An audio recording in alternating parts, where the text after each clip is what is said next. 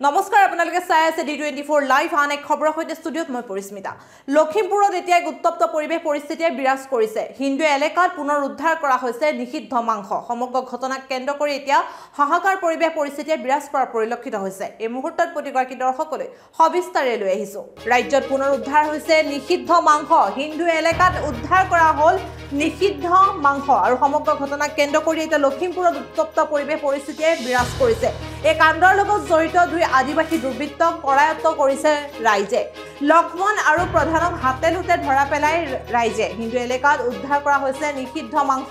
ফুলবাৰীৰ ৰংপুৰীয়াত উদ্ধাৰ হ'ল বৃহৎ পৰিমাণৰ নিষিদ্ধ মাংস পুনৰবাৰ আপোনালোকক জনাইছো হিন্দু এলেকাত পুনৰ উদ্ধাৰ নিষিদ্ধ মাংস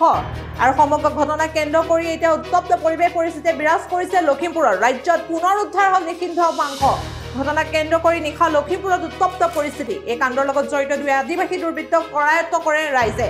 লক্ষ্মণ আৰু প্ৰধানক হাতে লুটে ধৰা পেলাই ৰাইজে হিন্দু এলেকাত উদ্ধাৰ হৈছে নিষিদ্ধ মাংস ফুলবাৰীৰ ৰংপুৰীয়াত উদ্ধাৰ হ'ল বৃহৎ পৰিমাণৰ নিষিদ্ধ মাংস আৰু সমগ্ৰ ঘটনা কেন্দ্ৰ কৰি এতিয়া হাহাকাৰ পৰিৱেশ পৰিস্থিতিয়ে বিৰাজ কৰা পৰিলক্ষিত হয় আৰক্ষীৰ লোকসকল আহি উপস্থিত হয় ঘটনাস্থলীত আৰু আৰক্ষীয়ে কৰায়ত্ব কৰে এই দুই আদিবাসী দুৰ্বৃত্ত লক্ষ্মণ আৰু প্ৰধানক